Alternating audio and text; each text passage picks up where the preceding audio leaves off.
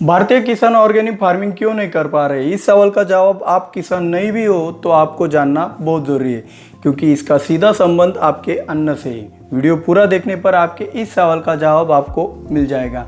आजकल के जो भी जागरूक किसान हैं उनके मन में यह बात ज़रूर आती है कि ऑर्गेनिक फार्मिंग अच्छी है या केमिकल फार्मिंग। वैसे विचार तो सभी के मन में आता है, लेकिन उस पर मंथन कोई नहीं करता। अगर कोई मंथन भी कर ले तो चाहकर भी कोई ऑर्गेनिक फार्मिंग नहीं करता है। क्यों नहीं करता है, इस सवाल का जवाब हम आपको देंगे इस वीडियो में। साथ में ऑर्गेनिक फार्मिंग और केमिकल फार्मिंग का इतिहास क्या है, केमिकल फार्मिंग के क्या फ़ायदे हैं, केमिकल फार्मिंग के क्या नुकसान होते हैं, ऑर्गेनिक फार्मिंग कहाँ कम पड़ रही है, क्या हम ऑर्गेनिक फार्मिंग और केमिकल फार्मिंग 50-50 कर सकते हैं या नहीं, जानेंगे आज की खास बात में। तो चलिए शुरुआत करते हैं आज के वीडियो की।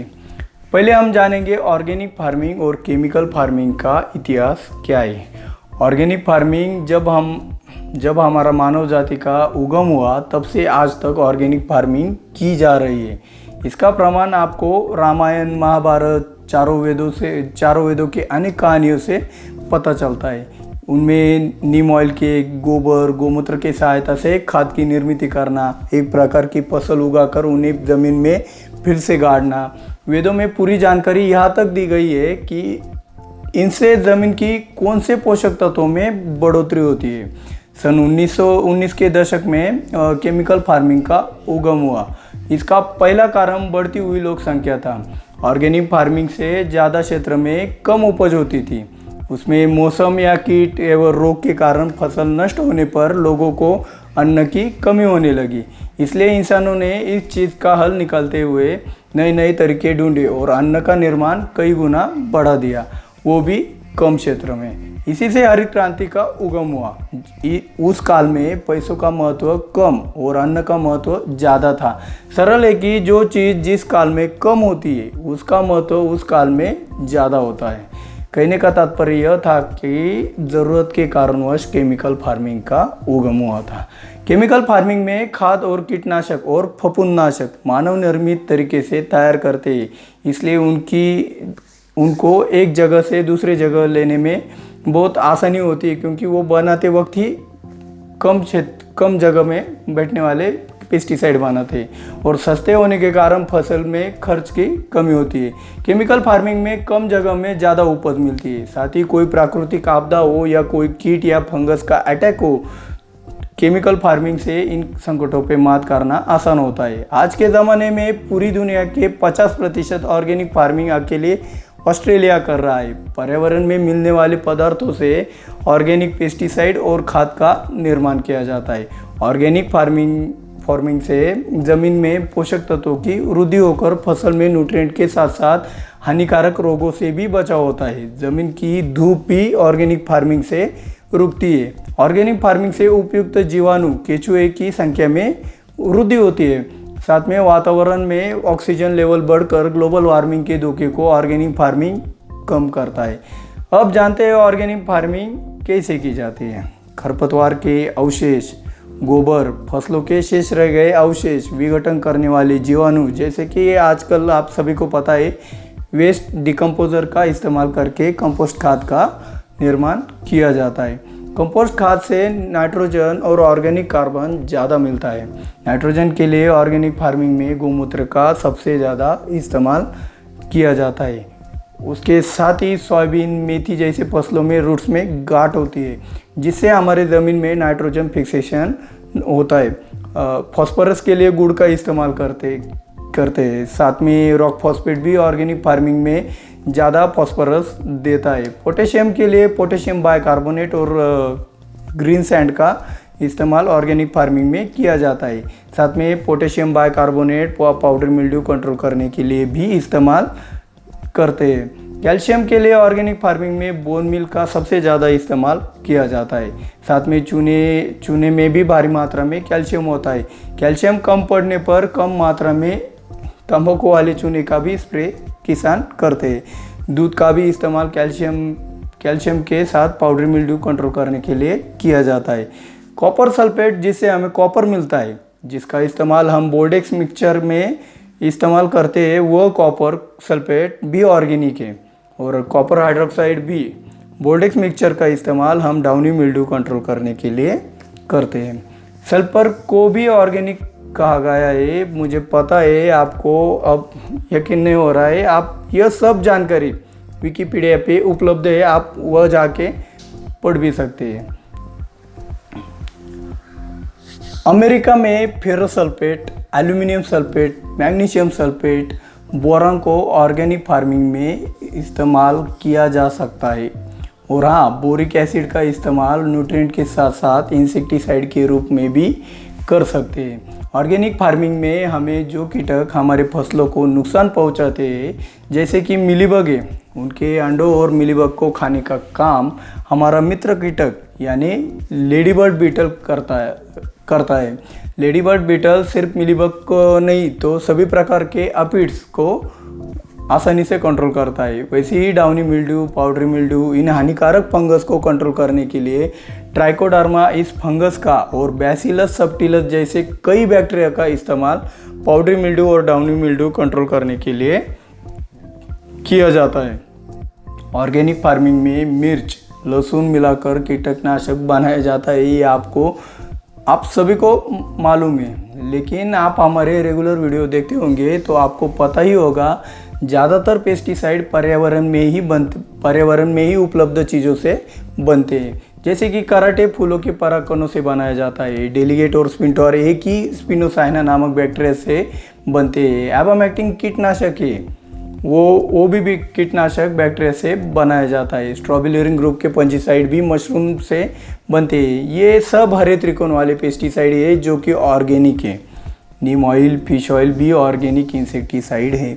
ऑर्गेनिक फार्मिंग में कुछ तरीके ढूंढे गए हैं जिससे फसल में अन्नद्रव्य शोषण, कीट एवं रोगों की समस्या न आए। जैसे कि अलग अलग फसल एक के बाद एक करना, जिसे अंग्रेजी में हम क्रॉप रोटेशन कहते हैं। मिक्स क्रॉपिंग करना, खरपतवारों का मल्चिंग में इस्तेमाल करना, जिससे खरपतवारों पर कंट्रोल कर ज़मीन में केचुओं और माइकोराइजा की संख्या में ग्रोथ होकर वाइट फ्रूट की भी ग्रोथ अच्छी होती है। ऑर्गेनिक फार्मिंग में बीज खुद के खेती में ही तैयार किया जाता है, जिससे बीजों की गुणवत्ता देसी रहकर सालों साल वही गुणवत्ता की फसल मिलती है और बाज़ार में जाकर महंगे बीज लाने की भी ज़रूरत नहीं पड़ती है। इसे ऑर्गेनिक सीड्स भी कहते हैं। अब चलते हैं केमिकल फार्मिंग की तरफ। केमिकल फार्मिंग आपने देखा ही कि बढ़ती हुई लोक संख्या के कारण मजबूरी में की जाने लगी थी, जिससे आज इतना विकराल रूप धारण किया है कि अब ऑर्गेनिक फार्मिंग करना नामुमकिन जैसा हो गया है। केमिकल फार्मिंग में पेस्टिसाइड, फर्टिलाइज़र, पीजीआर सब मानव निर्मित तरीके से बनाया जाता है, जैसे कि लैब या फैक्ट्री में, और ज़्यादा से ज़्यादा मशीनरी का इस्तेमाल केमिकल फार्मिंग में किया जाता है।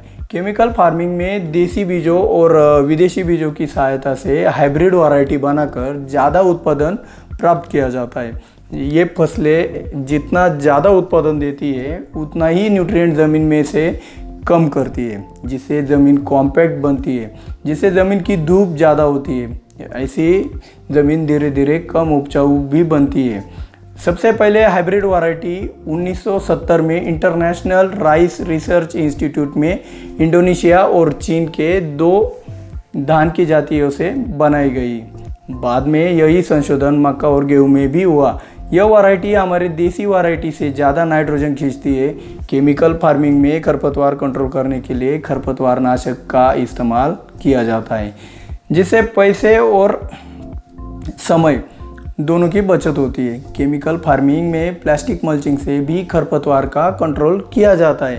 साथ में फसलों को पानी देने के लिए sprinkler, drip irrigation, rain pipe, rain gun का इस्तेमाल किया जाता है, जिससे मेहनत और पानी बहुत कम लगता है। लेकिन सबसे बड़ी खामी यह है कि केमिकल फार्मिंग के कारण ग्लोबल वार्मिंग का खतरा भी बढ़ता ही जा रहा है और नए नए रोगों का निर्माण भी हो ही रहा है, जिसे आज तक कोई भी ठीक नहीं कर पाया है। इसका सरल उदाहरण पहला तो कैंसर है। तो अब चलते हैं आज की खास बात की तरफ। जब हम बाज़ार में सब्जी लेने जाते हैं तब हम जो सब्जी ज़्यादा हरी भरी हो और जिस पर कोई भी कीट एवं रोग के कोई भी निशान न हो वही सब्जी हम खरीदेंगे। लेकिन इस उदाहरण में एक बात समझ लो कि ऑर्गेनिक फार्मिंग में सब्जी दिखने में ज़्यादा अच्छी नहीं होती है, क्योंकि उस पर कीट एवं रोगों के निशान ज़रूर होते हैं। किसान कहता है कि इस पर कोई भी केमिकल नहीं इस्तेमाल किया गया है, तब भी हम किसान के लाख कहने पर भी मानते नहीं है।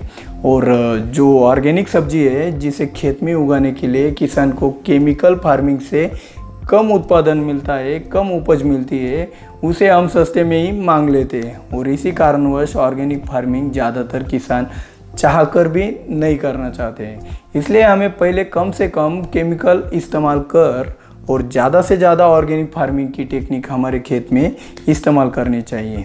उससे पहले हमें खरीदारों को यह बात ठीक से समझानी होगी, और उसके लिए आपको सिर्फ यह वीडियो अपने गांव, सिटी